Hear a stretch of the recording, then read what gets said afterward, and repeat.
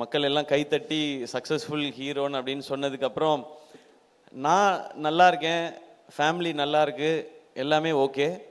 ஆனால் ஃப்ரெண்ட்ஸுக்கும் ஏதாவது ஒன்று பண்ணணும்னு தோணுச்சு. அதில் முக்கியமாக அருண்ராஜா வந்து டைரக்டர் ஆகணும்னு தான் வந்து, என்னை விட அவனுக்கு தான் சினிமாவில் வந்து இருக்கணுன்றது ஆசை காலேஜ் படிக்கும்போது.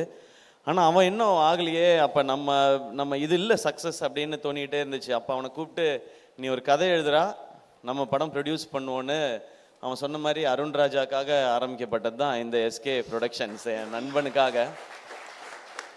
ஏன்னா நான் அந்த கனா ஃபங்க்ஷனில் சொல்லியிருந்தேன், மக்கள் நீங்கள் எல்லாரும் சேர்ந்து எனக்கு ஒரு மேடை கொடுத்துருக்கீங்க, அதில் எனக்கு கிடைச்ச அந்த பணத்தின் மூலமாக அந்த மேடையை கொஞ்சம் எக்ஸ்ட்ரா போட்டு அதில் கொஞ்சம் ஆட்களை சேர்த்துக்கணும்னு நினைக்கிறேன், அதுக்காக தான் இந்த படம் பண்ணதுன்னு. அந்த படமும் டைட்டிலே கனவோட திருச்சியிலேருந்து கிளம்பி வந்தவங்க நான் அருண்ராஜா எல்லாருமே. ஸோ அப்படி ஆரம்பித்தது முதல் படமே. அதாவது பெண்கள்லாம் பாவம், அதனால அவங்கள வச்சு ஒரு படம் எடுக்கணும் அப்படி கிடையாது.